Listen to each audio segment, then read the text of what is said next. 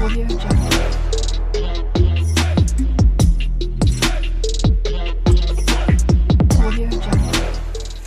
Guys, আসসালামু আলাইকুম।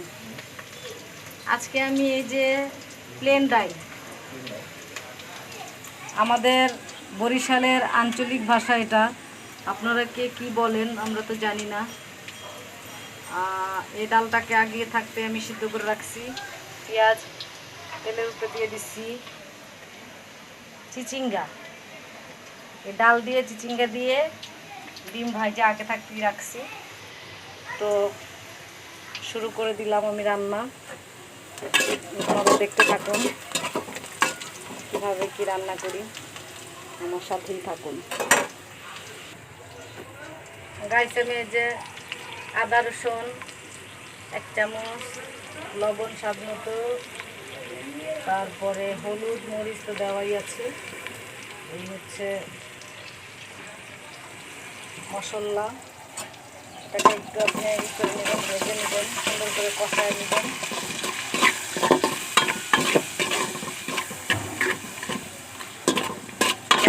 আঁচটাকে একদম কমায় রাখতে হবে যাতে মশলাটা পুড়ে না যায়। যখন তেলের উপরে আসবে তখন আপনি ডাল দিয়ে দিন।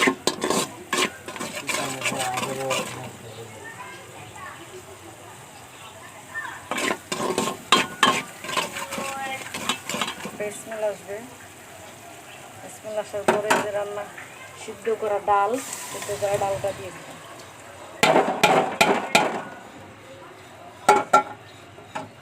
সিদ্ধ করে ডাল দেওয়ার পরে আপনি এটাকে মশলার ভিতরে সুন্দর করে কষায় নেবেন।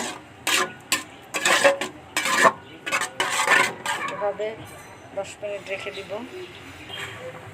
এই যে পানি দেওয়ার পরে চিচিঙ্গা দিয়ে দিয়েছি, ডালটা কষায় নিয়েছিলাম। চিচিঙ্গার সাথে 2টা আমি টমেটো ব্যবহার করছি, সবজি থাকবে এবং ডিম ভাজা রাখছি মাছের মতো করে।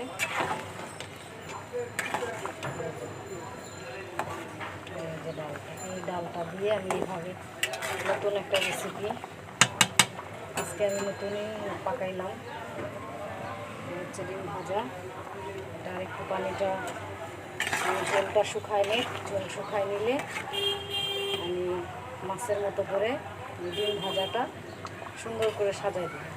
সেই পর্যন্ত আমার সাথেই থাকুন।